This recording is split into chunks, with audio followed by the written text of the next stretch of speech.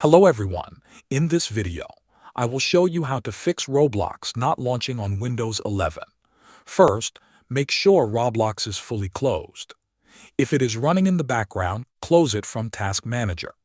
Now we will clear the Roblox cache. Press the Windows key and the R key on your keyboard at the same time. A small run window will open. Type %local app data % and press Enter. A folder will open. Look for a folder called Roblox and open it. Inside this folder, find the versions or cache folder. Select all files inside and delete them. Do not worry. These files will be created again automatically. After clearing the cache, restart your computer. Once the system is back on, try launching Roblox again. In many cases, the game will now open normally. If Roblox still does not launch, the next step is to reinstall it. Right-click the Start button and open Installed Apps. Scroll down the list until you find Roblox, click on it, and choose Uninstall.